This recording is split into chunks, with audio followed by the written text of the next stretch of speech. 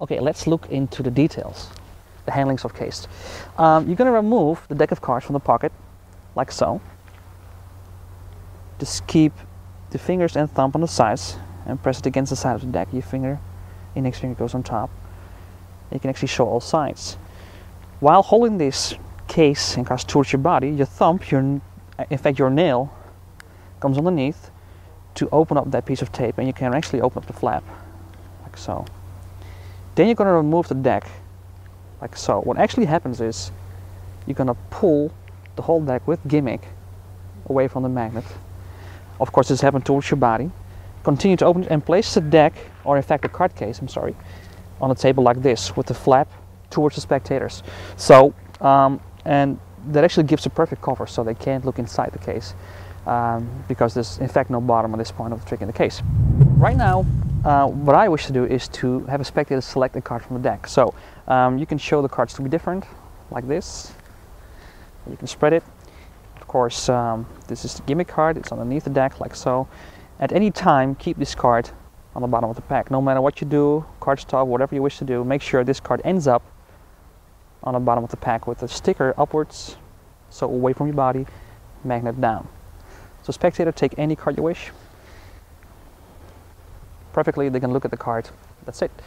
The reason why I have them select the card is that I, after case, can straight go into my material. I can straight go into my card trick and pull their attention by saying write your name on the card. So that keeps the focus on that trick that I'm doing with them right after I've done cased. So they have a card. What I'm going to do now is just to take a break underneath the gimmick. In fact, the gimmick card, one piece of the gimmick, like so. And you're going to take the box from the table. Make sure if you take it, your thumb goes from behind and your finger is going to actually close the lid, like so. So this is the position. Now you're going to apparently place the whole card case on top of the deck. What happens is basically this. You're going to feed the whole deck, except for the gimmick on the bottom, into the cutout of the card case. And this, the gimmick with the magnet snaps in place due to the magnet, like that. So this is now the situation you have, all right?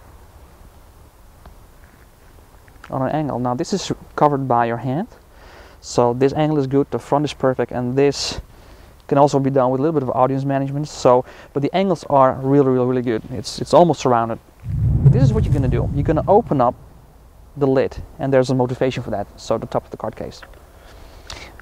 What you say is, usually if you want to place the deck inside the card case, you need to open up the front and place them inside. That's not what you're going to do. So what you do now is you have a motivation in order to opening this lid of the card case, and at the same time it's needed for the deck to go in. And it's pretty nice because the lid is shut like this. It also keeps the card nicely flush underneath it, like so. So there you go. You say usually if you want to place the deck inside, you need to open up the card case. If you do this, slightly angle the whole thing a little bit downwards. You don't want them to peek like that. You don't want them to see the sticker or inside at this point. Again, the flap is a pretty good cover for them not to look inside the card case. And make sure you also open up these little side flaps here, like so. And that's it. The only thing you need to do now is simply, as you make a motion forwards, this finger is going to push in the deck. At this point, it's done. Take your finger, open up this flap, and the illusion has completed. They see the whole deck inside the card case. And indeed, at this moment, the trick is done in the mind of the spectators, because they've seen the case, all sides, the deck, you spread it, they took a card, you place it on top, and boom, instantly they penetrated the card case. And if you open it up and they see the cards inside the case, the trick is over. At that point, tilt the deck a little slightly towards your body like this, and slightly let go so all the cards can come out. You do that towards your body a little bit. As you remove the deck in the offbeat, the trick is over, and you end up with, again, all sides card case. What I do is usually I just place it back in the pocket and go straight into my card work. So at this point, they took a card, and I give them a marker and ask them to sign a name on a card. and from there I go into my ambitious and or whatever you like to do. And that's basically it. These are the basic handlings to do so. So I think personally there's also no need to let them examine the card case, because there's no reason for it.